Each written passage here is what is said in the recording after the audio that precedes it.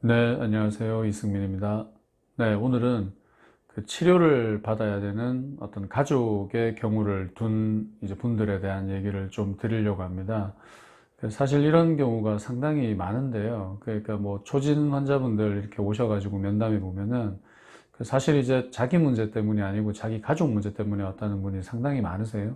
근데 뭐 이제 뭐 부인이 뭔가 문제가 있거나 남편이 문제가 있거나 애들이 문제가 있거나 해서 뭐 어떤 분들은 이제 뭐 병원을 데려오기 전에 일단 뭐 미리 좀 상담을 드리고 싶어서 이렇게 온 분도 가끔 계시기는 하지만은 대체적으로 그런 분들의 경우는 거의 대다수가 가족이 병원을 오지 않기 때문에 어쩔 수 없이 나라도 와서 좀 문의를 하려고 한다는 경우가 거의 대부분입니다. 그래서 뭐 이제 우울증이든 뭐 불안장애든 뭐 정신분열 의심되는 경우든 간에 뭐 주변 사람들이 되게 안 좋아 보여서 이렇게 병원을 가자고 하면은 내가 왜 멀쩡한데 왜 병원을 가냐 이렇게 얘기하는 사람들이 상당히 많은 거죠. 그래서 뭐 요즘은 많이 덜해졌다고 하지만 아직도 어떤 정신건강의학과 치료에 대한 어떤 사람들의 선입견 자체가 상당히 많고, 뭐 아시는 분은 아시겠지만 정신과라는 이 단어 자체도 너무 거부감이 많아서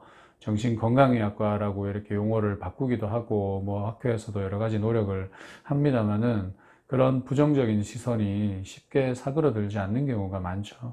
더군다나 나이 드신 분들은 더 하십니다. 그래서 뭐 이렇게 내가 막 정말 가지 말아야 될 곳으로 오는 것처럼 뭐 그렇게 얘기하시는 분도 있고, 뭐 저희 병원도 이제 지하에 있는데 그 지하에 있다고 되게 좋아하는 분도 많으세요. 뭐 지하에 있으니까 이렇게 남들 보기에 이렇게 잘 안 보이니까 오기가 좋다 이런 좀 얘기하는 그런 이제 분도 많으십니다. 어쨌든 그런 어떤 선입견이 아직도 많이 있기 때문에 병원 방문하는 것에 대한 어떤 거부감이 많고, 무엇보다 이제 이런 분들은 자기가 뭔가 문제가 있다는 사실을 인정하거나 받아들이려 하지 않기 때문에 이제 그것 때문에 이제 치료를 안 오는 경우가 상당히 많은 거죠. 그 주변에서 뭐 네가 뭔가 문제가 있어 보이니까 병원에 가보자 이러면 뭐 내가 문제가 있는 게 아니라 네가 문제가 있는 거다 이런 얘기도 많이 하는 거고, 뭐 질병마다 다르긴 하겠지만 뭐 가령 뭐 공황장애나 우울증 같은 경우는 뭐 이제 그런 거를 좀 인정하고 뭐 병원 방문 필요하다 이렇게 얘기도 할 수 있겠지만은 뭐 특히 뭐 이렇게 조현병이라든지 뭐 망상장애 같은 어떤 사이코시스 같은 이런 경우들은 웬만해선 자기가 문제가 있다고 인지를 안 하기 때문에 뭐 병원에 데려오기가 상당히 힘듭니다. 그래서 뭐 어쩔 수 없이 가족만 오게 되어서 뭐 이런 친구가 우리 가족인데 어떻게 해야 되냐 뭐 그런 문의를 많이 하시는, 사실 뭐 이런 문제에 답해드리기는 상당히 어렵습니다. 뭐 예전에는 뭐 우스갯소리로 이렇게 환자가 병원을 안 오려고 하니까 가족들이 이렇게 병원에 와서 약을 환자 대신 타가가지고 뭐 이렇게 몰래 뭐 밥에 약을 섞어 먹이고 국에 뭐 약을 타서 몰래 먹이고 뭐 우스갯소리로 이런 얘기도 많았습니다. 제가 레지던트 할 때도 그런 환자가 꽤 많이 있었습니다. 요즘은 사실 그런 게 예전보다 많이 적어졌죠. 우선적으로 일단 뭐 환자 본인이 와서 이렇게 진료해야 되는 경우가 요즘 대부분인 거기 때문에 뭐 대리 처방이나 뭐 이렇게 대리로 약 타는 게 잘 안 되니까 뭐 그런 경우가 이제 많이 줄었다고 봐야 되겠습니다. 그래서 사실 이런 얘기를 들을 때 저희가 이제 가족분들한테 가장 많이 하는 얘기 중에 하나가 바로 입원이죠. 그래서 뭐 보통 이제 그런 문제를 가지고 오시는 가족분들을 보면 그 문제가 있는 가족들의 증상이 상당히 심한 경우가 많으니까 우리가 봤을 때는 이런 거는 외래 치료해서 될 건 아닌 것 같고 입원을 좀 해가지고 좀 집중적인 치료를 해야 될 것 같다 뭐 이런 얘기를 많이 드립니다. 근데 문제가 이제 여러분들 아시겠지만 입원도 옛날만큼 용이하지가 않게 된 부분이 있죠. 예전에는 그냥 가족이 데려가서 그냥 어떻게든 입원시키고 할 수도 있었는데 뭐 요즘은 이제 인권 문제나 이런 것들 때문에 이제 비동의 입원, 즉 강제 입원에 대한 것들이 상당히 엄격해져서 뭐 보호자 2명 이상의 동의가 있어야 되고, 또 그렇다 하더라도 요즘 병원들도 이렇게 본인이 원하지 않는 입원을 굳이 시키려고 하지 않다 보니까 뭐 이런 사람들을 병원에 데려가는 것도 뭐 입원을 시키는 것도 상당히 지금 어려운 그런 상황이 되고 있습니다. 그래서 남겨진 가족들이 그 문제가 있는 그 가족 구성원 때문에 뭐 되게 스트레스를 많이 받고 뭐 힘들고 우울하고 잠 못 자고 불안해서 어떻게 보면은 치료를 받아야 될 사람은 치료를 못 받고 치료를 안 받아도 되는 사람이 치료를 받는 이런 이제 일들이 많이 벌어지는 그런 부분이 있죠.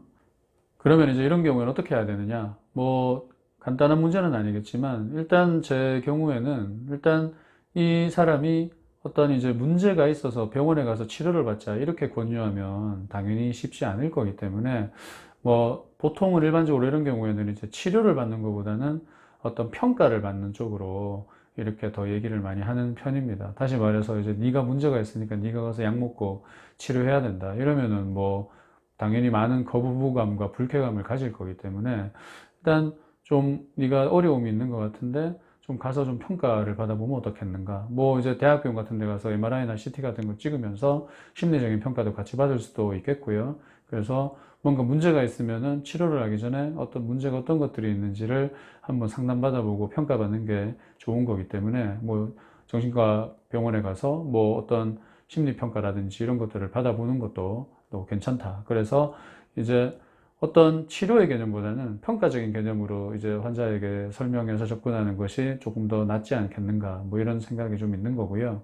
그리고 이제 상대방에게 접근할 때도 네가 문제가 있다, 뭐 이렇게 얘기하는 것보다는 그냥 네가 힘들어 보여서 그 힘든 것들을 좀 도와주고 싶다, 이런 쪽으로 접근을 하는 게 훨씬 더 좋을 것 같습니다. 다시 말해서 뭐 너는 병자라서 네가 치료를 받아야 돼, 이런 거는 뭐 누구라도 기분 나쁠 수 있는 얘기가 되는 거니까 내가 보기에 네가 요즘 되게 힘들어 보이고 되게 어려워 보여서 그런 부분이 되게 걱정이 되어서 그냥 너를 어떻게 좀 도와주면 좋을지 나도 좀 알고 싶고 그런 부분에 대해서 좀 전문가의 얘기를 들어보고 싶다. 뭐 이런 얘기를 하는 게 더 좋겠죠. 그래서 어떤 네가 문제가 있어서 병원 가야 돼, 이거보다는 그냥 도와주고 싶고 네가 힘든 거를 거들어주고 싶다는 이런 개념이 더 좋겠고, 한편으로 이제 당신 때문에 우리 남겨져 있는 가족들도 많이 힘드니까 뭐 이제 우리가 좀 편안해지기 위해서는 당신이 편안해지는 것도 중요하다는 이런 메시지도 조심스럽게 전달을 해볼 수는 있을 것 같습니다. 하지만 그런 메시지는 또 사람을 또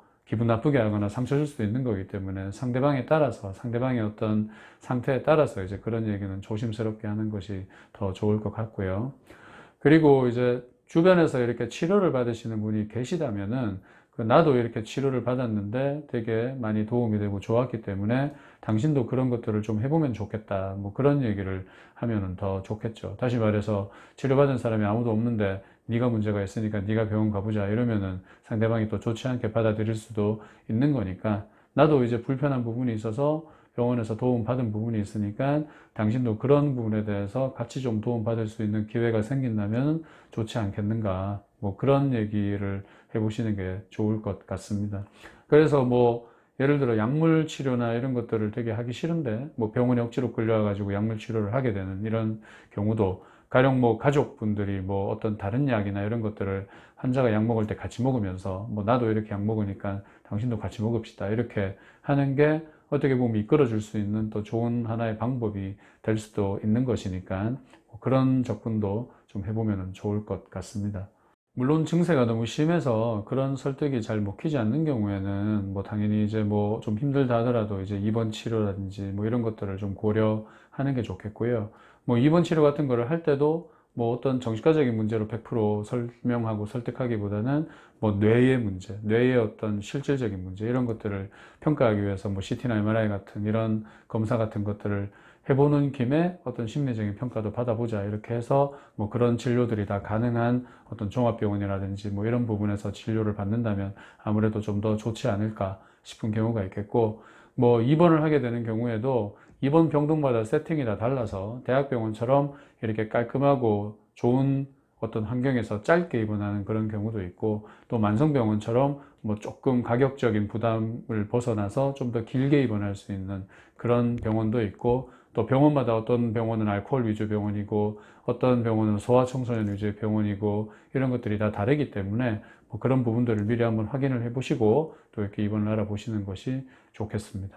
그리고 마지막으로 뭐 심한 조현병이나 망상장애 같은 이런 분들도 당연히 치료를 받지 않으려고 하겠지만, 한편으로는 이제 치료를 받지 않으려고 하는 것도 증상의 일부분인 거기 때문에 어찌됐건 간에 이런 분들이 치료를 받기 시작해서 뭔가 실질적인 도움을 받기 시작하면 아, 정말 치료가 나한테 필요한 거구나, 이렇게 또 생각을 해서 그때 이후에는 또 적극적으로 치료에 참여하는 걸 수가, 또 그런 가능성도 많이 있거든요. 그래서 일단 처음이 많이 힘들다고 보지만 일단 어떻게든 힘들게 또 처음을 만들어 놓으면 그 뒤에는 보다 더 원만하게 풀릴 수도 있기 때문에 말씀드린 이런 내용들을 참고하셔가지고 일단은 뭐 상담이든 어떤 약물 치료든 도움을 받기 시작하면 어쨌든 그 뒤에는 또 일이 잘 풀릴 수도 있는 거니까 그런 부분들을 계속 가족분들도 같이 잘 알아보시고 노력해 보시기를 바랍니다. 네, 다음에 다른 내용으로 또 찾아뵙겠습니다. 감사합니다.